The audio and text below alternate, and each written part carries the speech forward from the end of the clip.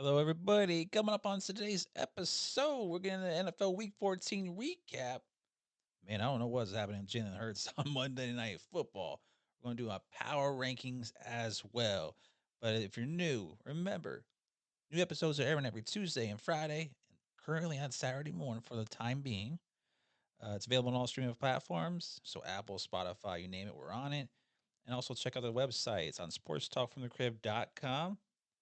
And the social media is at Feely Heat Entertainment. Feely Heat ENT. We're on Instagram, Facebook, YouTube, X, TikTok, you name it. We are on it. And check out my dog Coco and I. We were good this past week. We got all the games right, a bunch of wins.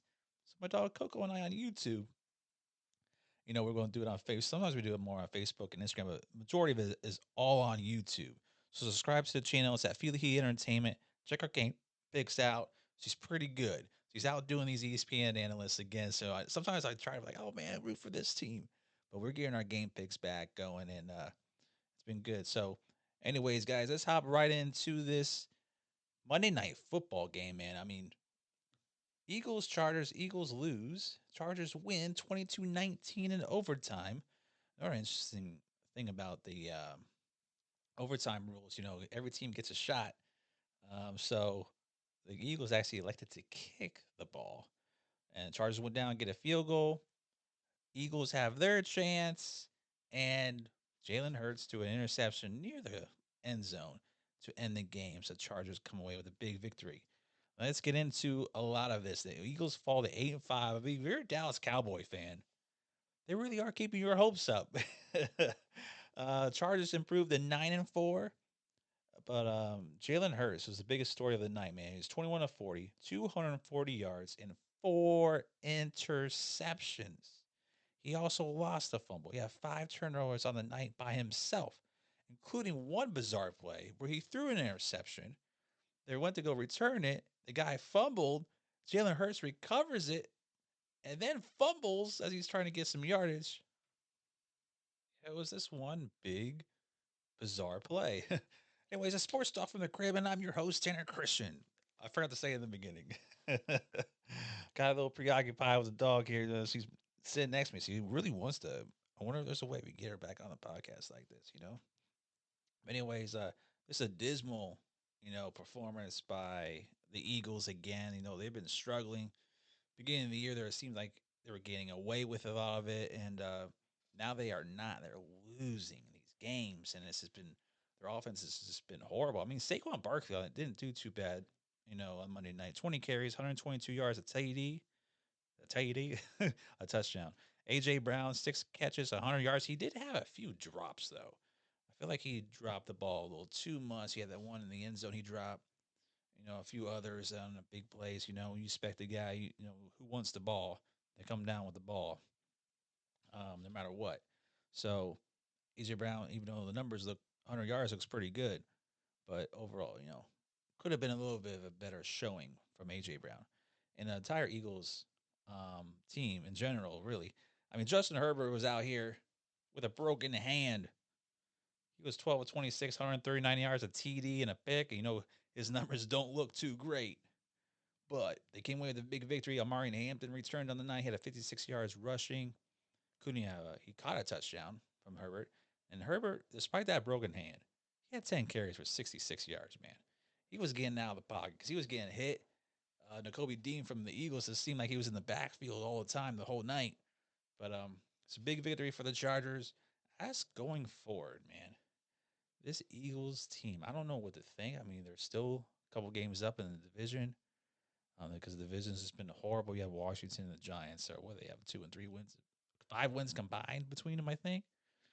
So not very good. And Cowboys sitting there with only 6 wins, so they still have the lead. They have in the last 4 weeks of the season, they have some time to get it right. The Eagles, they've done it in the past, including recently a couple years ago. So, and it's just like it's got to gel at some point. You would think. You don't see those big, huge 20-plus yard gains from Saquon Barkley like you saw last year. We know the offensive line is not the same, but Jalen Hurts is the biggest concern. I mean, 5 turnovers in one game. He just doesn't look right. passing the ball. Very inaccurate. It doesn't seem like he's taken off as much as he has in the past. And he just those RPOs, man. When he needs to hand it to Saquon, he doesn't do it. He just rolls out. And when he needs to actually roll out and not hand the ball off, he is in trouble. Like I don't understand. This seems like he's just not reading the defense, you know, like he used to. So this is some concerning for you, Philadelphia Eagles fan. No fly, Eagles fly this week. The wings aren't up. Put it that way. They're struggling, and we'll see if they can like hold on to this division. Not give these Dallas Cowboy fans hope, because Dallas Cowboys is always an accident waiting to happen.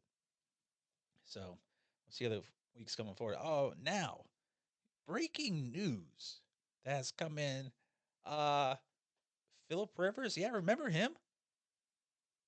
He has been signed to the Indianapolis Colts practice squad. Yes, you heard that right. Philip Rivers, who hasn't played since 2021, January 9th, by the way. So we're looking at about 4 years. He is 44 years old. That year he did go 11-6 and got him in the playoffs.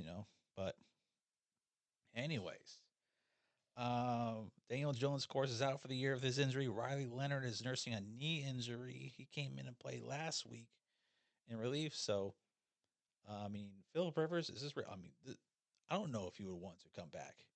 I get it. The Colts made that big trade for Sauce Gardner, gave 2 first-round picks. They were like all in this year. They were really loving this team, and they're just nose diving at the moment. Everything that can go wrong is going wrong for them right now. So, Philip Rivers, 44 years old. Do you really want to come back and face these last 4 weeks of the season? You got at Seattle, whose defense has just been like unheard of these last couple of weeks.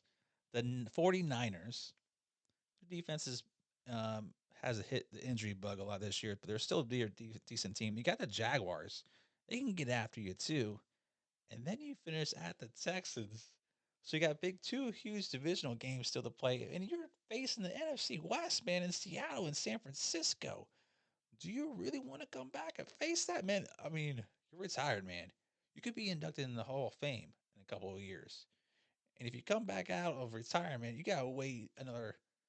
They add 5 years to it, so it'd be like 7 years, 6, 7 years down the road here before you're even eligible to be in the Hall of Fame again, which I think he's in. Um, so, what do we think about Philip Rivers coming back? Like, hey, he's a grandpa. That's what I think. He's 44 years old. How many kids is he up to now? I know he's got what, like 10. I think I lost track.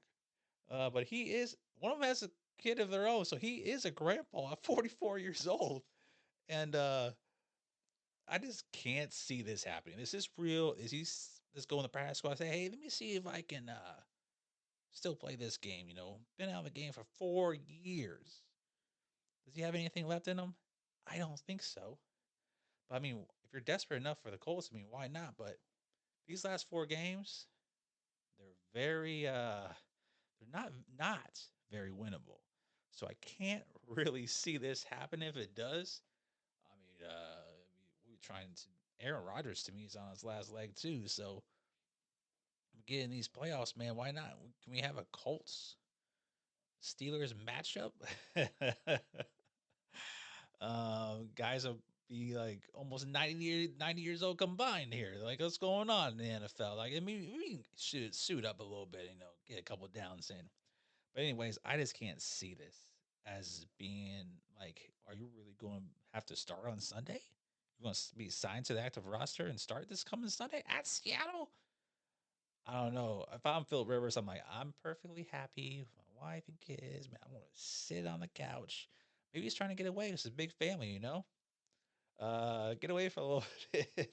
But I don't know if I would come back and like have my body ache and have to face this relentless Seattle Seahawks defense to finish this off. I think he's just going to try it out, throw the ball around. Hey, Riley Leonard, I'll give you some pointers. You better get your butt out there with your hurt knee because I can't do this anymore. So that's just my thoughts on Philip Rivers. I cannot believe this is what we're talking about. The Colts are down to Phil Rivers because you can't trade for anybody. There's not really anybody out there in the free agent market you can sign. Phil Rivers is familiar with their offense. So, I mean, it's a long shot, but I mean, if it happens, it happens. I ain't gonna be mad at it. But if I'm in Phil Rivers' shoes, man, I ain't putting the cleats on. I ain't putting that uniform on. I'm sitting my butt on the couch, and y'all can deal with the problems you got going on. All right. Anyways, let's get into the Sunday night football game. Texas at the Chiefs. Here's why we're talking about Texas, man. Big victory over the Chiefs, 20-10. They improved to 8-5. Chiefs fall to 6-7.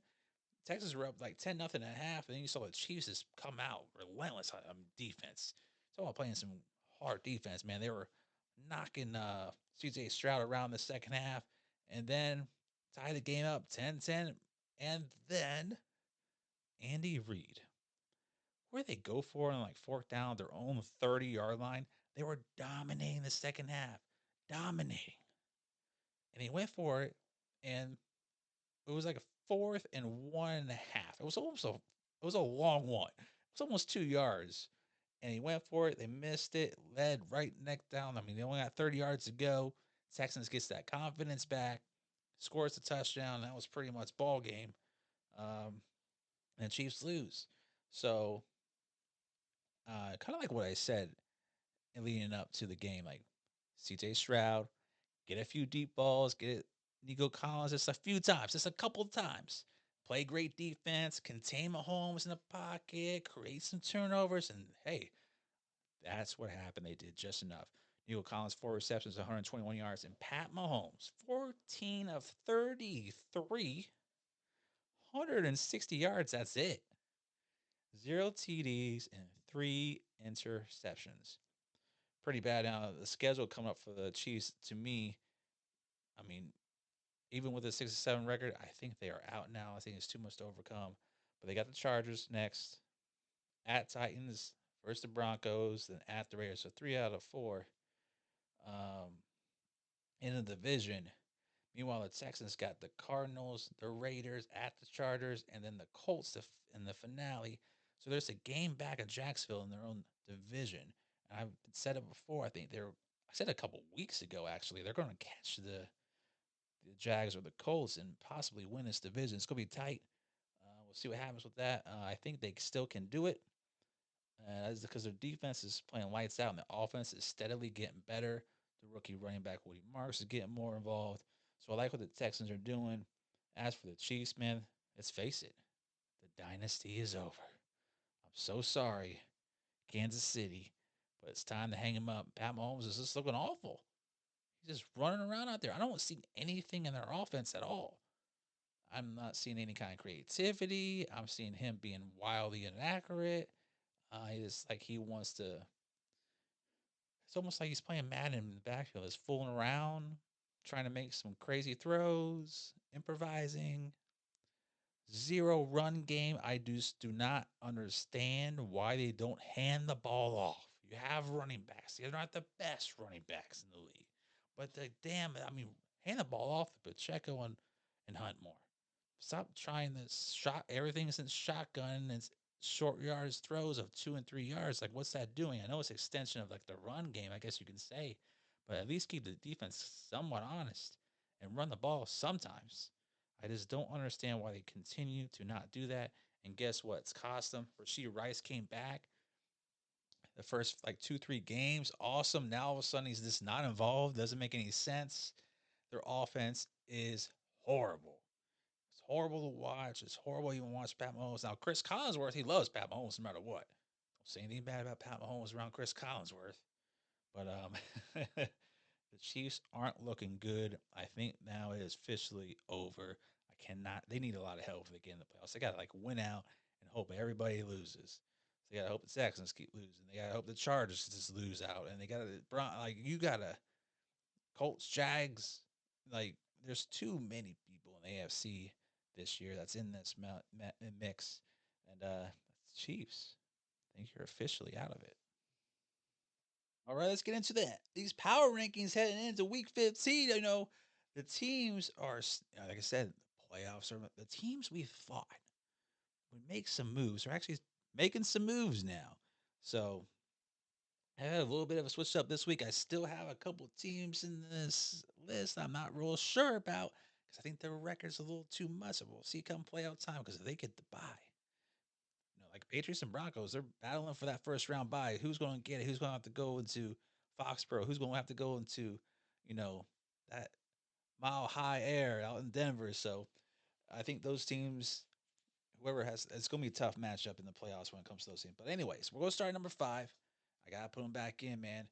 Green Bay Packers, 9-3-1 now. They just beat the Bears, who dropped to 9-4.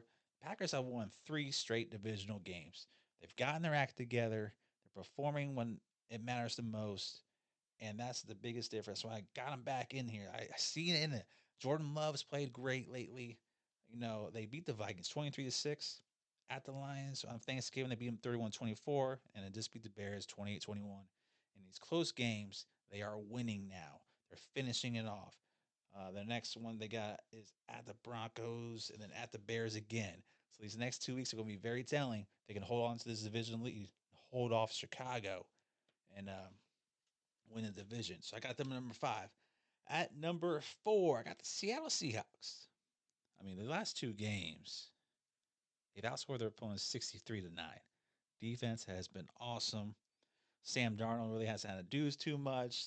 Uh, the next games, they got the Colts, the Rams, the Panthers, and they finished at the Niners the last week of the season. So they got 2 divisional matchups coming up, and it's going to be big because the Niners are still only a game back. They're 9-4. So this NFC West is to stack this year. It's up for grabs. All these 3 teams, despite the little roller coasters, they've held on, man. They play some great football.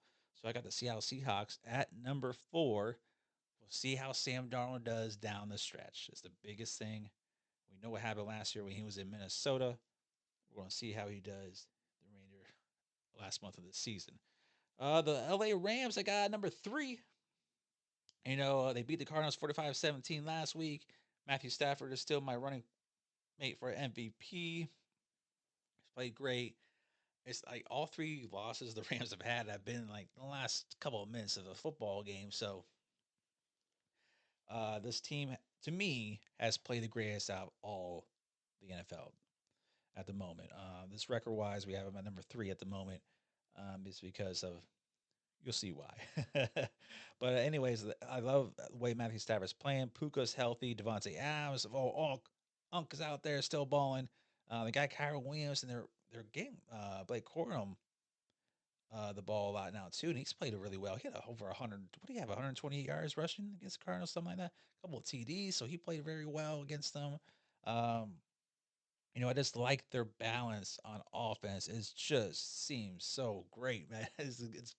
It's good to see, good to watch, put it that way. And Puka is just out of this world. Puka Nakua, I mean, my goodness, man, that guy made some incredible catches this past weekend. And that Matthew Stafford connection with him is just one of the best in the league. So that's why I got them at number 3.